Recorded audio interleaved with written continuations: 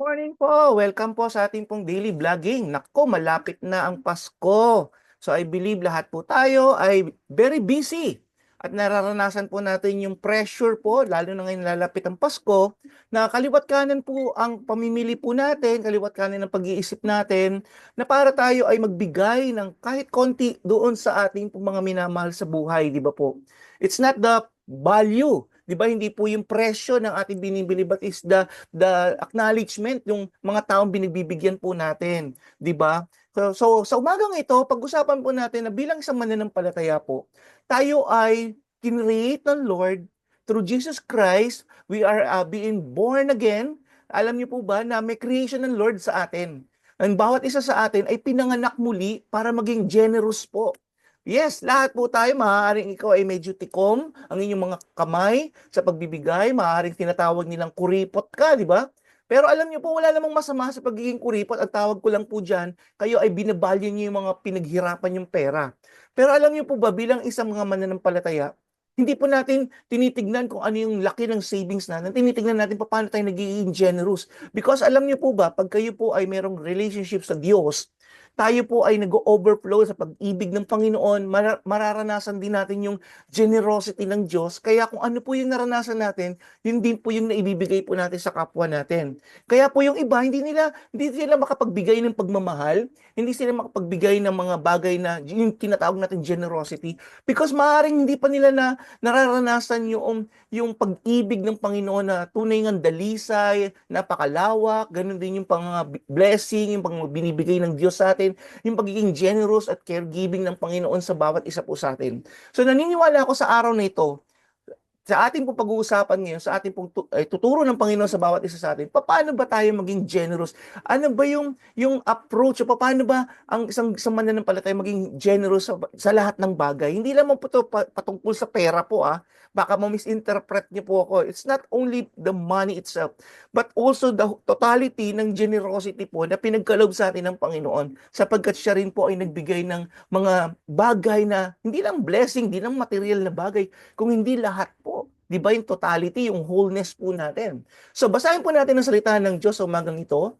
Tungkol po dito sa 2 Corinthians 9 verse 6. Sabi dito, He who sows sparingly will also reap sparingly, and he who sows bountifully will also reap bountifully. So purihin ng Panginoon. Ang mundo po tinuturuan tayo na earn, save, di ba? And invest. At pag nag-save ka, may makukuha ka. Alam niyo po ba ang tinuturo ng kaharian ng Diyos ay hindi po basta savings lamang. Ang tinuturo ng Panginoon, it is sowing and reaping. Yan. Yan magkakaiba po ang turo ng mundo sa atin eh. Buy and sell, save, di ba? Yan ang tinuturo ng mundo sa atin. Pero alam niyo po ba ang Panginoon, ang tinuturo naman niya is sowing and reaping. Yes, pero yung pong buy and sell, wala pong masama diyan. Yung saving, wala pong masama diyan, yung investing, walang masama po diyan. Okay, ang sinasabi ko lang po dito, ano ba yung culture ng kaharian ng Diyos? Okay, bilang isang mananampalataya, at the same time, we are also nandito pa sa lupa, di ba? Dalawa po kasi ang ating kinalalagyan po ngayon bilang isang Kristiyano. Nakatayo po tayo dito sa lupa, naninirahan tayo sa lupa, pansamantala, because we are just pilgrims in this planet, di ba? Ang ating po talagang tahanan ay kalangitan. So alam niyo po ba, ang kalangitan po, ang culture sa kalangitan is sowing and reaping. Okay, so kaya po tinuro po ng Panginoon dito yung He who sows sparingly will also reap sparingly. Kung kakaunti tinanim mo, kakaunti rin aanihin mo. Pero pag napakarami ng iyong tinanim, marami ka rin aanihin. Of course, yan po yung principle ng mga farmers. Tama po ba? Just as God has set physical law to govern the physical universe, so He also put the spiritual law which govern human life. One of these is the law of generosity, the principle of sowing and reaping. Hallelujah. Kaya po, naniniwala ako isang tunay na ganap na Kristiyano ay hindi po talaga yung, alam niyo po, hindi yung kuripot talaga. They value the money, but they invest it to the kingdom of God para ito po ay magkaroon po ng bountiful harvest. Actually, hindi lang naman po ito pagdating sa pera po. Everything nararanasan ng isang mananampalataya, yung harvest of the goodness of God, His provision, everything, the blessing, di ba, the anointing, yan po yung binibigay ng Panginoon. So pag-usapan po natin, yung the grace of giving. Kasi hangga't di po natin nakikita po yung ano ba yung binigay ni Lord sa atin na gaano ba kalaki yung binigay ni Lord sa atin, di ba?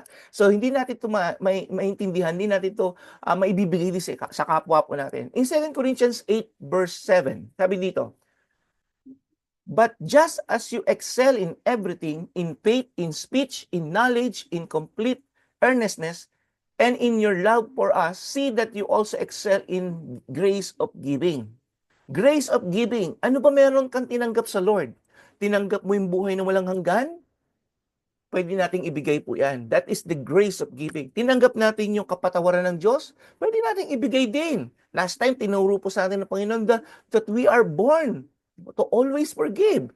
Because kaya po natin magpatawad kahit na anong sama ang ginawa po sa atin ng kapwa po natin. Kaya po natin magpatawad because that is the grace of giving.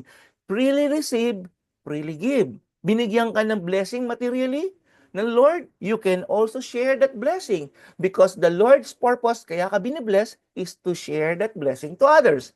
Amen po ba?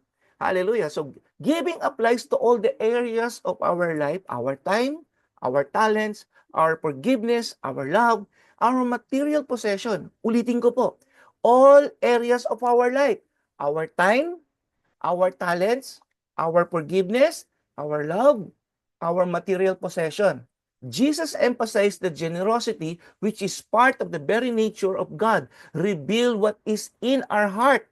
So kaya ay makikita nyo, hindi lang itong material things ang pwede nating i-share. Even our time, our talents, our love and forgiveness, pwede natin itong ibigay sa Panginoon. O sa ibang tao din, share natin sa ibang tao. In Matthew 6:21, alam niyo po ba sabi dito, where your treasure is, there your heart will be also. So, mga kasama mga kapatid, kung ang iyong kayamanan, ang puso mo, ang kayamanan mo ay nandito lamang, maaaring ikaw ay namamali ng iyong pananaw sa buhay. Kasapagkat ang gusto ng Panginoon, yung iyong puso ay nasa Kanya. Yung iyong puso ay nasa pagmamahal din ng Panginoon. Sapagkat ang gusto ng Lord, beyond ka dyan, hindi ka lang para dyan, kapatid. Binigyan ka ng Lord ng lahat ng bagay nandito sa mundong to, pero hindi ka lang para dyan. Kinrate ka ng Lord for eternity. So where your heart is, there your treasure is. Kung mga kapatid, tanggalin po natin yung puso po natin sa mga material na bagay na panandalian lamang. Lahat ng bagay po nandito sa lupa ay panandalian lamang. Ilagay po ninyo yung puso nyo doon sa eternal. Ano po yun? Which is the kingdom of God. Which is God Himself. Pag alam niyo po ba, doon mo nilagay yung puso mo, madali ng lahat ng bagay. Amen? Madali. Ibig sabihin, kahit na yung meron ka lang kakaunti, kaya mong ibigay po yan. Naalala ko po isang particular na kwento po sa Biblia, isang balo, na meron lamang siyang 2 coin na pera sa kanya. At ito po ay nilaglag niya doon inihulog niya doon sa offering po niya sa Panginoon doon sa simbahan. At napansin to ng Panginoong Hesus. Can you imagine, ang daming-daming tao noon na nagbibigay ng kanilang ikapo o kanilang handog sa Diyos. Pero napansin ng Diyos itong babaeng ito na balo na wala ng pera. Kasi binigay niya lahat yung kanyang natitirang pera. Not necessarily because kailangan nating mahirap muna tayo. No. Nakita ng Panginoong Hesus yung puso niya. Kasi hindi niya tinignan na, ibig sabihin, wala na ako, aangkinin ko na to. So, where your heart is, there your treasure is. So, ginawa niya, Lord, lahat ng akin, ibibigay ko sa'yo. Nakakita ng Panginoon yun. Naniniwala ako yung babaeng yung pinagpala ng Diyos. Hallelujah. So we particularly learn how to be generous when it applies to our finances, for they represent our life. Yes, pag yung ating pong finances, yung po nakikita yung estado ng ating buhay, tama naman, di ba? Pag ikaw ay mayroong pera, makikita yung estado mo ng buhay mo kung ikaw ay mayaman o mahirap, kung may kakayahan ka o wala. Pero ang generosity po, hindi ito yung binabase kung anong dami ng pera natin. Ang generosity ay nakikita kung paano tayo mamuhay doon sa binigay sa ating pagpapala ng Diyos. Amen? So meron tayong kaunti, binigyan tayo ng konti, mamumuhay tayo, yun yung generosity. Makikita ng Panginoon kung gaano yung puso mo. Nasaan ba yung puso mo? Hallelujah. Kaya purihin ng Panginoon, bukas pa ipagpapatuloy natin itong pag-aaral na we are born for generosity. Lahat po tayo, pagpapasko na kasi. So tuturuan tayo ng Panginoon, paano ba natin ilalagay ang ating pong natanggap na 13-month pay, yung mga bonuses po natin, lahat ng mga binigay ng regalo sa atin. How can we share this? How can we be generous upon all of this? Amen? So para hindi maubos ng wala lang, kasi taon-taon na lang nangyayari ito sa atin eh. So para hindi maubos to ng wala lang, inihahanda tayo ng Panginoon sa oras na ito, paano tayo mag-invest doon sa kaharian ng Panginoon. Manalangin po tayo. Salamat po, Panginoon, dahil tinuturuan niyo po kami na lahat ng pagpapala po na tinatanggap po namin, Lord God, ay hindi lamang po para sa amin. Tinatanggap po namin, Panginoon, ng lahat ng biyaya at pagpapala mo para maging blessing din kami sa iba, Lord God. Kaya po, Lord, I pray that everyone who listens to this program, Lord God, I pray that your Spirit to move upon our hearts, Lord. Ilagay niyo po yung puso namin, Panginoon, sa inyo pong kaharian. Ilagay niyo po yung puso namin sa inyo pong puso, Panginoong Jesus. At tunay nga, Lord, maging generous kaming lahat, O God. At maisabuhay po namin ang mga tinuturo niyo po sa amin, O Diyos. At hindi kami yung magkaroon ng kaisipang panlupa o panandalian lamang, Panginoon, bagkus magkaroon kami ng kaisipan at puso na pang-eternal, O God. Purihin ka at sambahin, pagpalain niyo pong inyong mga anak sa pangalan ng Panginoong Jesus. Amen. Amen. Hallelujah. So, tuloy-tuloy po tayo. Bukas po, magkita-kita tayo muli.